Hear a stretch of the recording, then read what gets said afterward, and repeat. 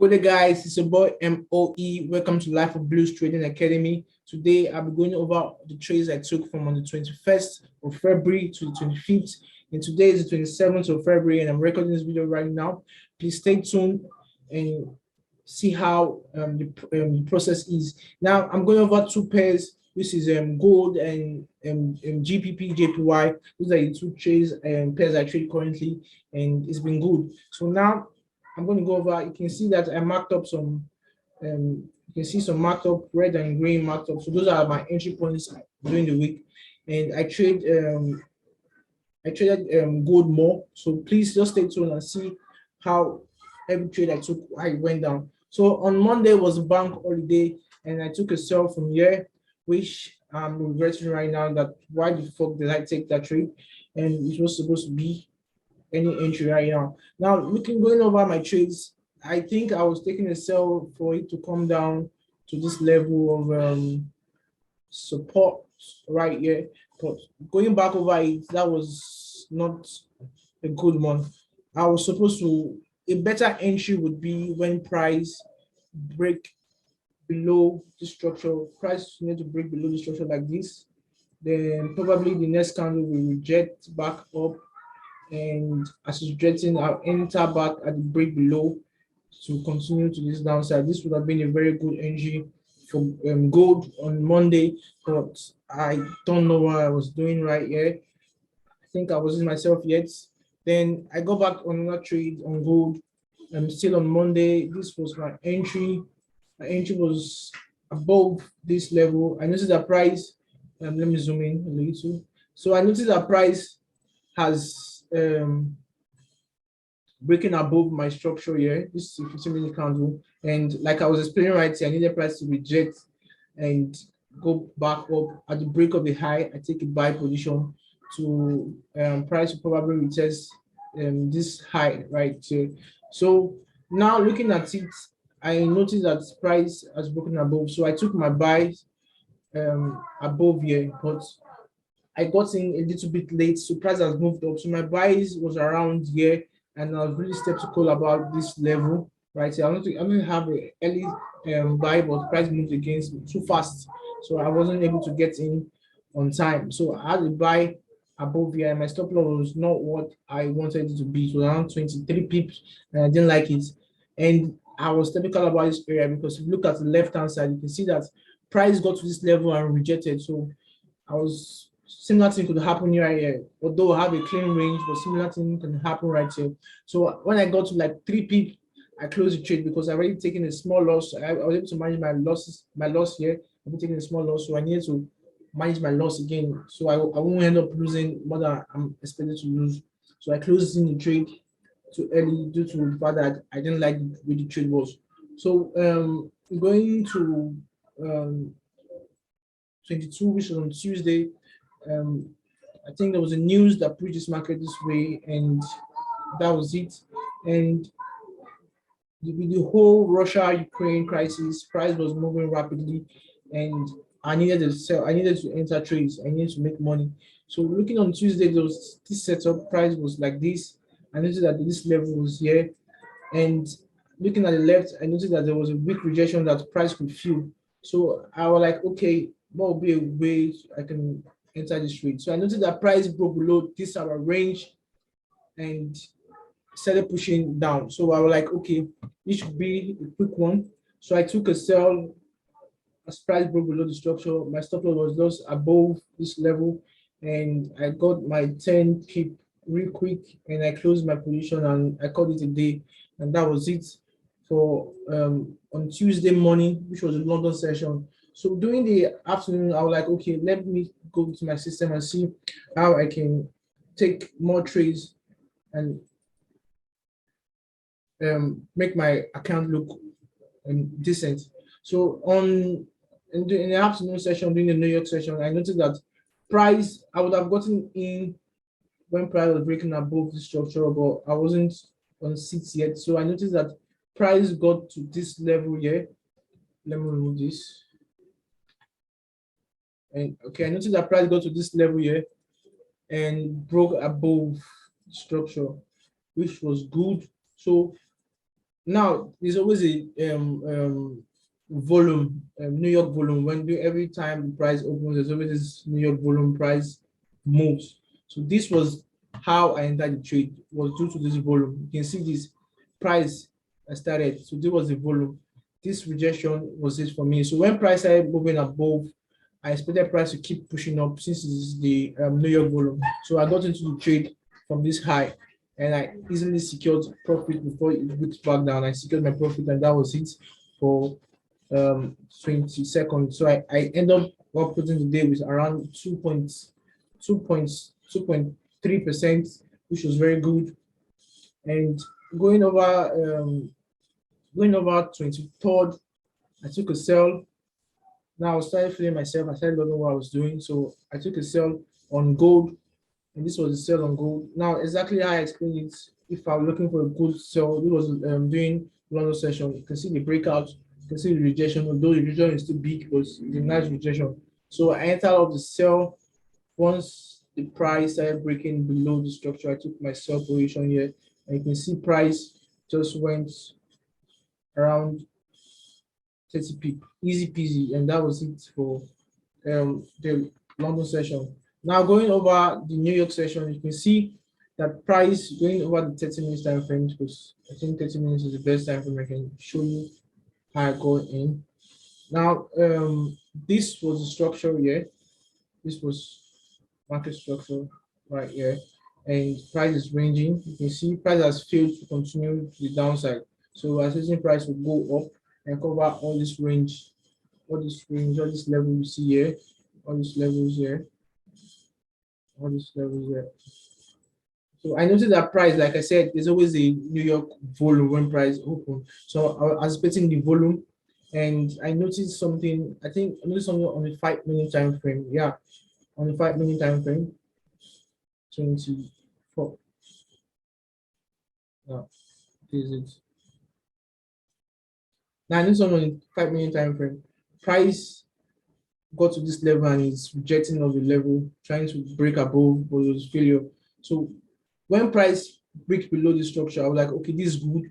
If price can push down a little and break above this structure, that would be a very good way to buy for a bullish continuation. So the moment I saw price going doing the rejection, trading some wicks and start breaking above the structure, I say, okay, that's good.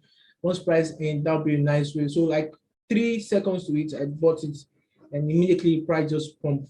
So I got like 60 people out of the trade in a few seconds. So that, as you can see, that was a good one.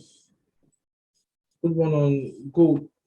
And let's go over to the last one on gold for the week, which was the 25th Monday. It was on the morning London section. Yeah, this is it. I took a buy. Like you can see if you notice something during this review, you can see that almost all the trade has similar pattern. We always wait for rejection and break above. Now this is 30 minutes time frame. You can see that first of all, I need to notice that there's a weak, there's a range that price needs to fill. You can see this is the range that price needs to fill, the weak fill. And you can see price is slowly consolidating to the upside, moving, forming the higher highs and higher lows to fill up this point.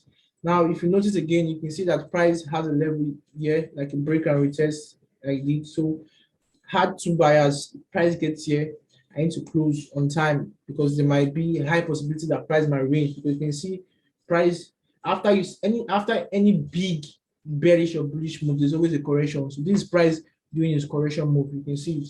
So now I had my setup ready and I wanted price to react to my zone so I can go for a buy. But I needed to get a buy on this. I was very sure that I could get a buy. So this was my entry. My entry was here off this candle, this high. I entered it off this high. When price started breaking above, I entered it off this high. Normally, I'm supposed to wait for a 15-minute close or 2-minute close, because this is not the pre-New York or the New York session. This is London session. There's not much volume during the London session. I'm supposed to wait for the 15-minute close.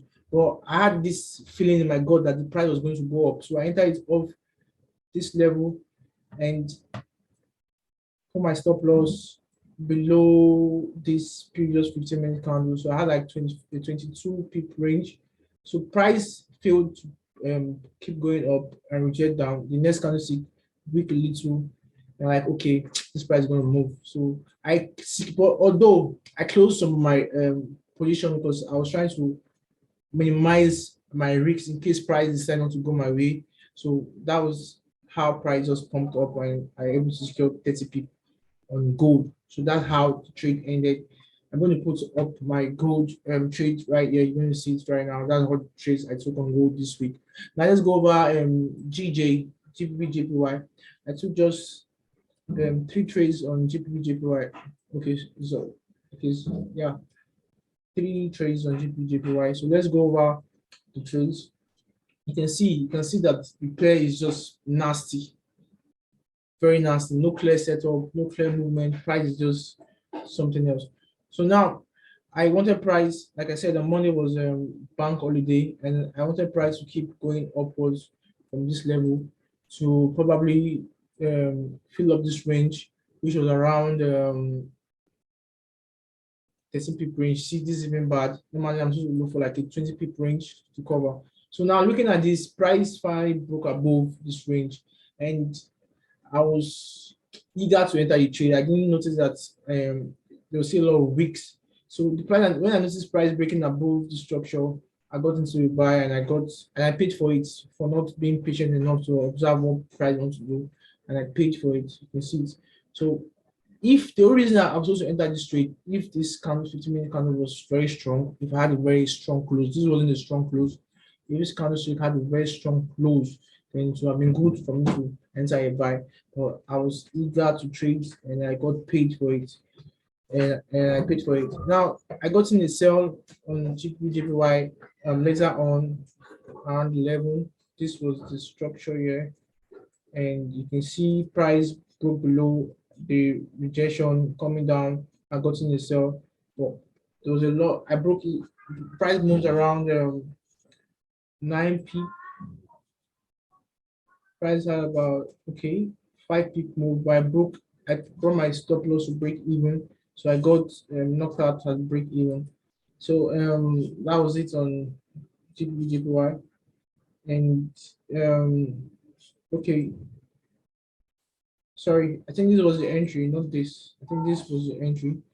I got in. This was the entry, my sell entry. I got in here and I got around 9p. Price didn't get to 10p.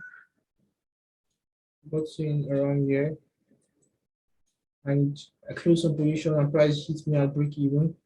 So that was it on the